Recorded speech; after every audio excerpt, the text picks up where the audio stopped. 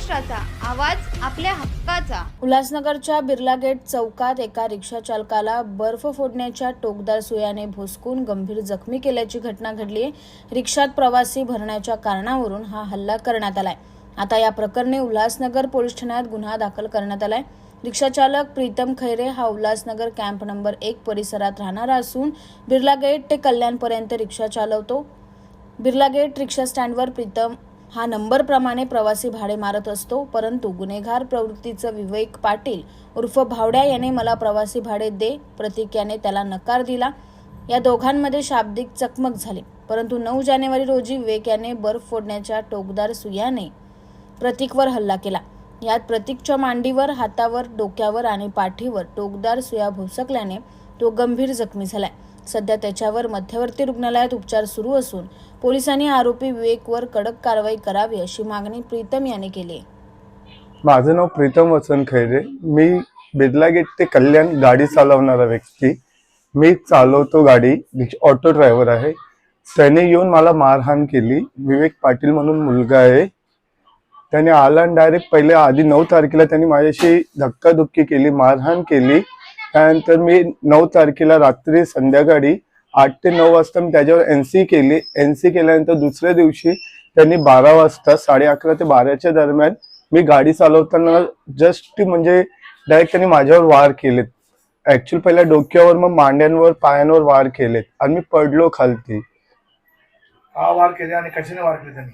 कशाने? ते बर्फ थोडासा सुवा असतो ना, त्याच्याने मला मारहाण म्हणजे ते घातले त्यांनी पायात, डोक्यात, मांडींना। आणि म्हणजे वार्ता अशी झाली होती की मी गाडी 9 तारखेला माझ्या नंबरानं गाडी लागलेली होती। तो आला, तो व्यक्ती मला दुसऱ्याच्या गाडीत बसून आला। त्याचाच मित्र होता, तो गंजेडीच होता तो पण, किंवा मला गाडी भरू दे। मी म्हणतो माझा नंबर आहे, माझ्या गाडीत पॅसेंजर बसलेत। त्याने मला बोले की मैं भरूंगा, बोले मुझे कल्याण जाना है, माल लेने के लिए जाना है, गांजा लेने के लिए जाना है। मी त्याला बोलायला गेलो तर त्याने मला धक्का धुक्की, शिवीगाळ, माझ्या खिशातले 300-400 रुपयाचा धंदा केला होता ते पण काढून घेतलेत। मी हे सुद्धा सरांना 1 नंबर पोलीस स्टेशनला एनसी करायच्या टायमाला सांगितलं।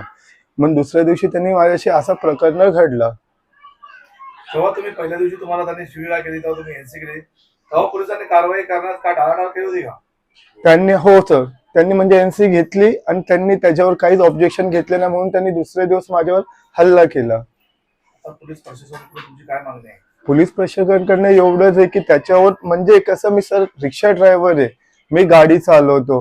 आता अचानक भयानक मध्ये काल माझ्याशी जे 10 तारखेला घडलं, असं पुढं नाही घडायला पाहिजे, म्हणून मला त्या पोलीस प्रशासनाकडनं निमंत्रण आहे की बाबा त्याला मोठी कारवाई करावी। रिक्षा चालक संघटनेचं काय म्हणणं आहे?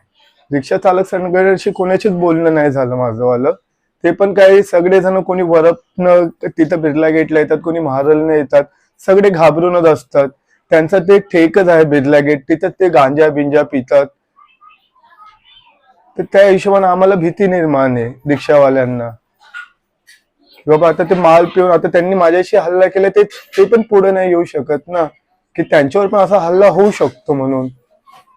आणि ते वयस्कर माणसं सगळे 30 अभाव, आणि हे किती 20, 25, 30च्या घरातले हे मुलं सगळेजण गांजा बिंजा पिणारे।